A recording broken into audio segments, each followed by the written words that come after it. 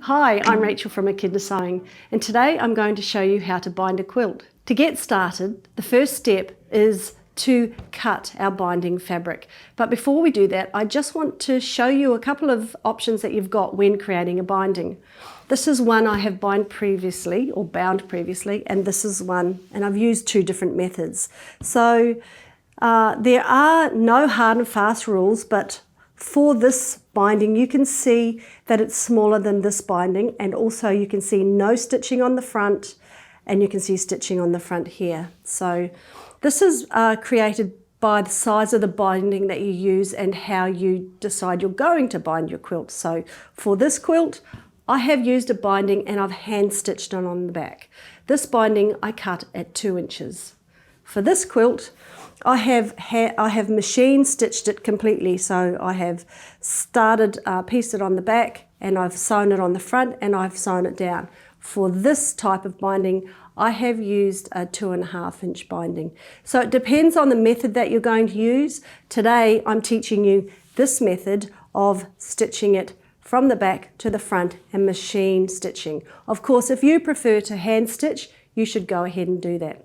Now let's get cutting. So I need approximately 6 pieces to bind my quilt, because I'm cutting it across the width of the fabric, which is about 112 centimetres wide. An average quilt would take about 8 pieces of fabric cut from your chosen binding fabric. So as I said, I'm using a 2.5 inch size. So I use a long patchwork ruler. I have one, show you here, 1, 2, and my 1/2 inch is right on the edge, and I'm just going to cut my final strip. I make sure this top edge is squared up as well.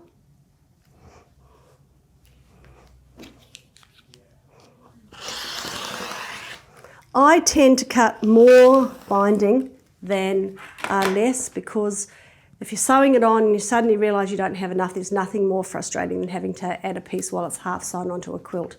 Just speaking from experience. So once I have all my pieces, I am then going to join them together with a mitre.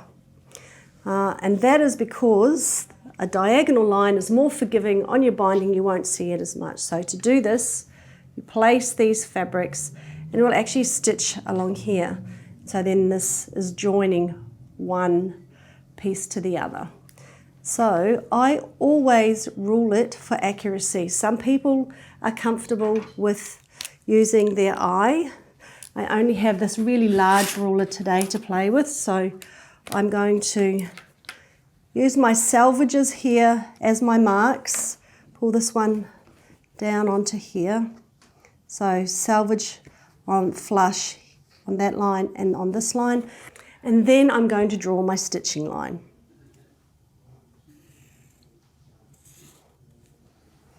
Can see this, and I'm going to repeat this for each piece of binding fabric. So draw, stitch, cut. Let me grab my machine and we'll start doing that. So at the machine I have placed both the binding pieces under the foot. I'm using a dynamic walking foot. I've left my stitch length at default of 2.5, and I just stitch on the blue line.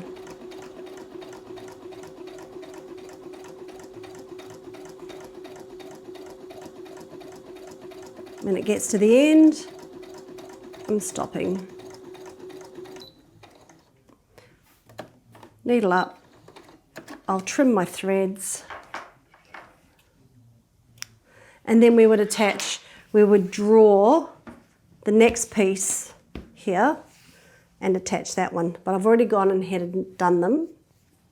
So you can see these are all my pieces attached to the binding. So this creates one long strip. So if you have 8 pieces of binding, you would do this 7 times or until you think it's long enough. Then we trim off these 1/4 inch from the stitching, and I'm just using a pair of scissors.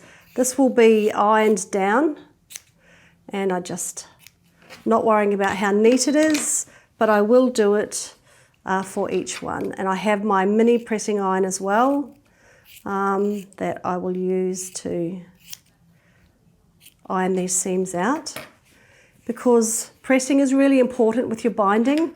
You do need to iron it, the mitered seams here flat, and you need to fold it in half and pressed as well.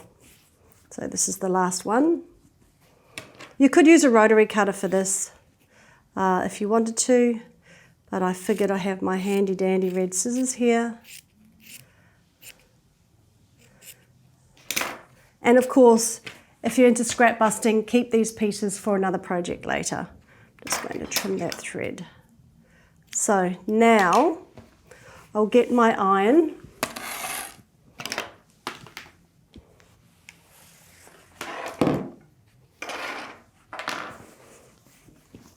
and start pressing the seams first,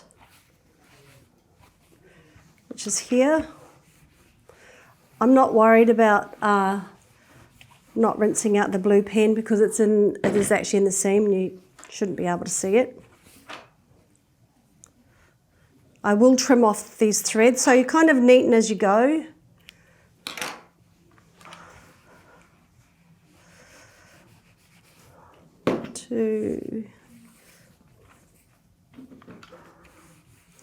Some people open the seams, but I just press them to one side. Really, it's a personal preference and entirely up to you.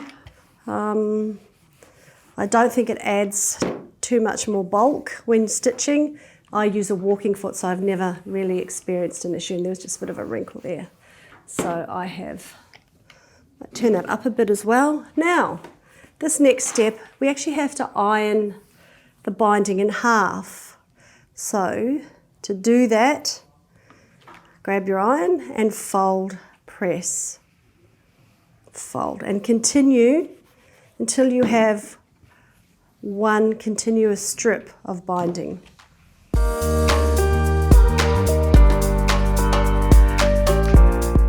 Here is my first mitre, you can see.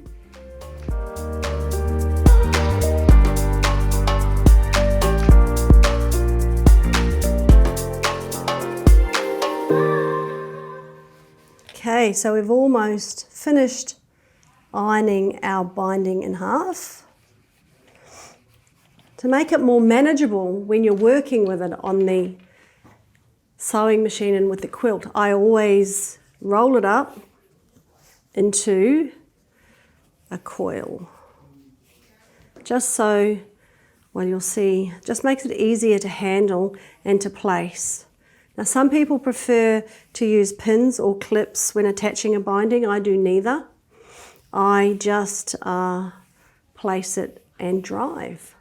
So I'll continue rolling this and then I'll adjust and grab the quilt. Okay, so the machine's set up, ready to go. I've got the dynamic walking foot on. I've changed my stitch length to 3. Okay, so I'm going to place my binding and the quilt under the foot, and I'm going to start about here. So when I'm driving, I keep this foot flush with the edge of the binding and the quilt. That way I'm using the same stitch, so the same seam allowance all the way around. So I will start stitching this side, and then we will stop for our first corner. Okay, so I'm coming up to my corner, and as I near the corner, I'm actually going to stop about 1/4 inch, 1/2 inch out, depending on what seam allowance you're using. Mine's probably about the width of my foot. And then I'm going to lock. You can see it's locking here. Then I'll take my needle up, and I pull the quilt out. You can trim the seams or the thread off if you like. And this is where it gets a bit awkward, so because the quilt does get weighty. So I'll just give these a quick snip. Then you'll find your own rhythm for this, but I like to do it this way. Then I pull the binding up and I create this diagonal into this corner, and then I pull it down again to create a mitered corner. Now the key parts are, this should be straight and flush along the top and along the side. If it's not, your corner won't be straight. So let me just double check. Once you're happy with that, you just push the binding back under the foot. I leave mine flush against the edge again. Might slow it down a little to start. And in fact, I'm going to reverse here because I started a little off the quilt sandwich.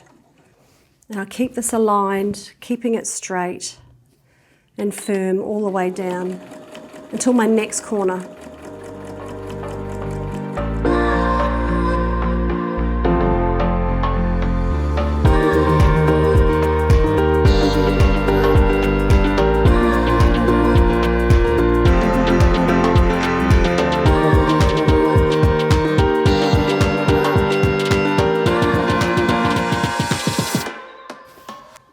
I'm coming up to my next corner. I'll show you again. So make sure the sides are aligned.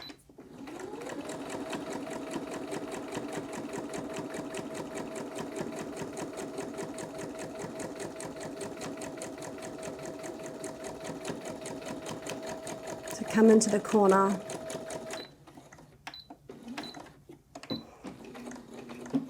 Stop about whatever the distance is you've decided, but I'm using about maybe 5/8 of an inch. It's not an exact measure, but I've used it the same all the way around. So again,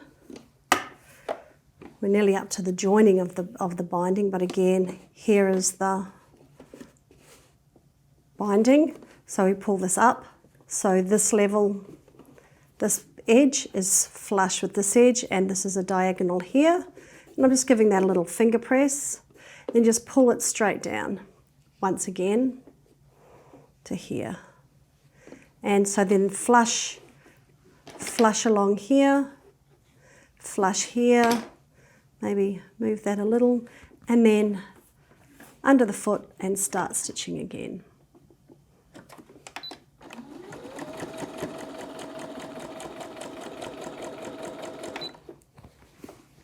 Now as I head towards the end of the binding, a couple of things we should make sure, that actually won't matter for this piece, but usually we would trim off the selvage. So I'll just give this a trim here. And we need about, I don't know, maybe a 10 to 12 inch gap so that we can join our seam on a diagonal. So just stitch a little bit further down, and then I'm going to lock. Now, take this out, cut.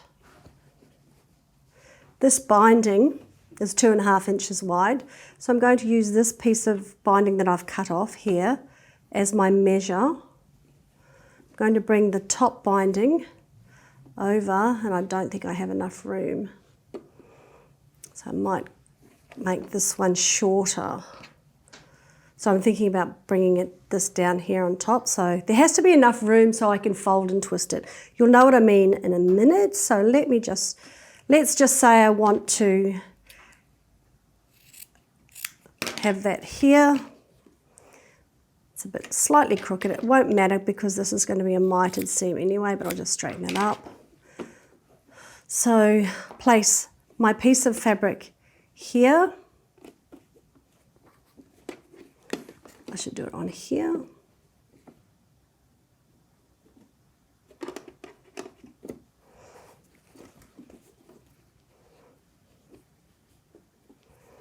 And this one here, and this is going to give me the length I need to cut off. So I need to cut my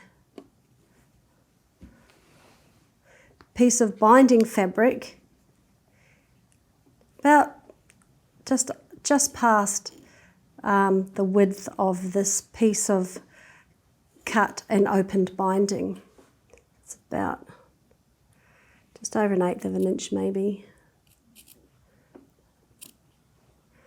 And then we open it out and we're going to join it as a mitre. And this is actually where it gets a bit fiddly. That's 1,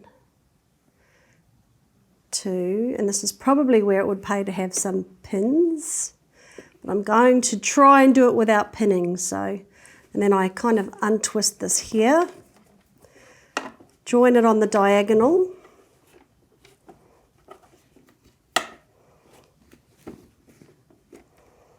I didn't really give myself enough room to play with, but you'll get the idea. Once you do this at home, it'll be easy. So I'm going to line and stitch on the diagonal like we did when we joined our binding strips. So it's the same principle.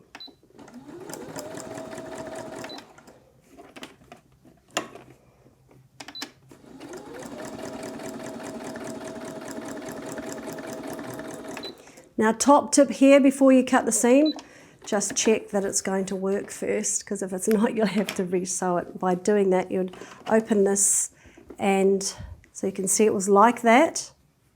Now I'm just going to open this and see how it's sitting flat. So I'm going to trim off that seam. I'm pretty happy with that join. So I trim this back.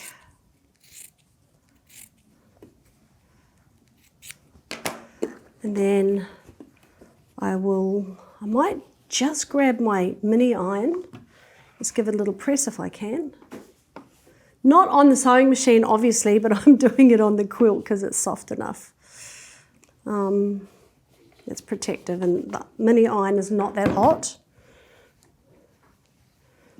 So then I can close up the gap, and then we can stitch the front. So let me just finish off that. I'm just going to press this seam down here.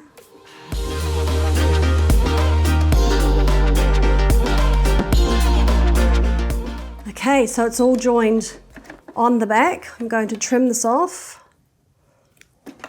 Then I'm going to use my echidna clips and start folding this over,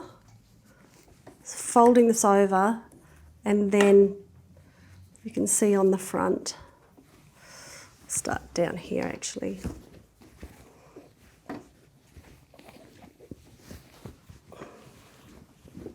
A lot of manhandling is required for doing a binding, so I'm going to start folding this over and then attaching my echidna clips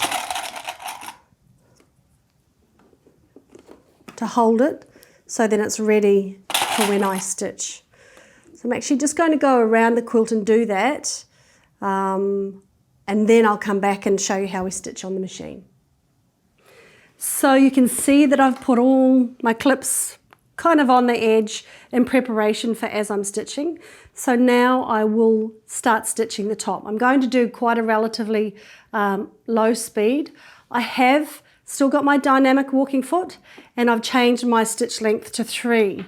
Now I may change it to 4, but I won't know till I'm driving. So let's get going. I always start on the straight. I never start on a corner. It's just easier to figure out your stitch length and things on the straight.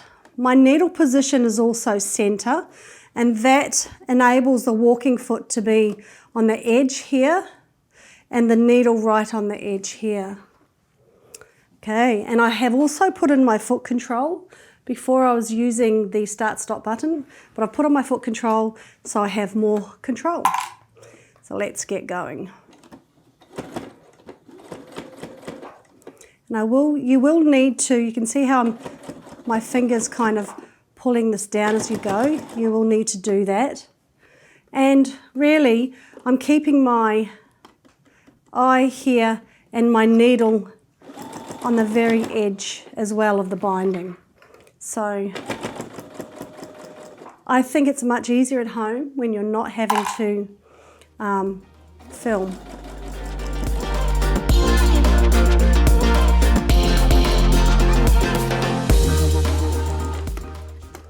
and have a look at the back. Yep, I'm happy with that.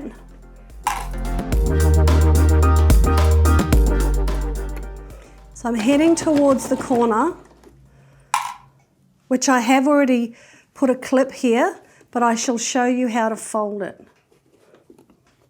as I get closer. And you can probably see me putting my finger in there, I'm just tucking some threads in. It's kind of, you go tuck and sew. Now,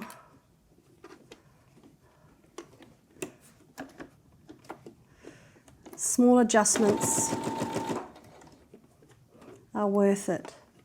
So as I get to the end, and the reason I use the clips is because it allows me to make that fold. You can see I've pushed this piece in and I've folded that corner down, and that creates the mitre here in the corner. So I shall try and go slow here and not run over my fingers so you can see maybe what I've done. Then I've got caught both the mitres in the needle here, so I'm going to lift my foot up.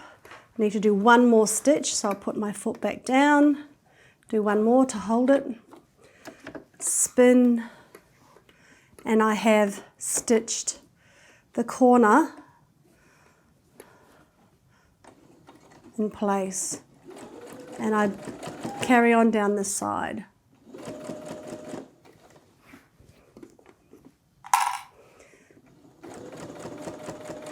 And you'll repeat this for all the corners, so I'm going to whiz around and do that now, and I'm going to show you the finished quilt.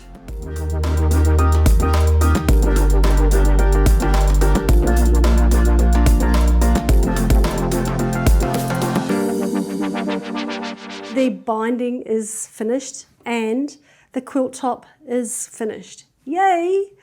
So that can come out of the UFO pile, right? I quite like doing machine bindings because it means it's a lot faster and it's quicker. I don't have to sit in front of the tally and hand stitch. But if you want to, by all means go ahead and do that. It just means that you would stitch the binding on the right side and hand stitch on the back. So I should show you a little close-up of the back there. I do have some thread trimming to finish, but it's all complete. So binding finished, quilt done, on to the next job. I'll see you again soon.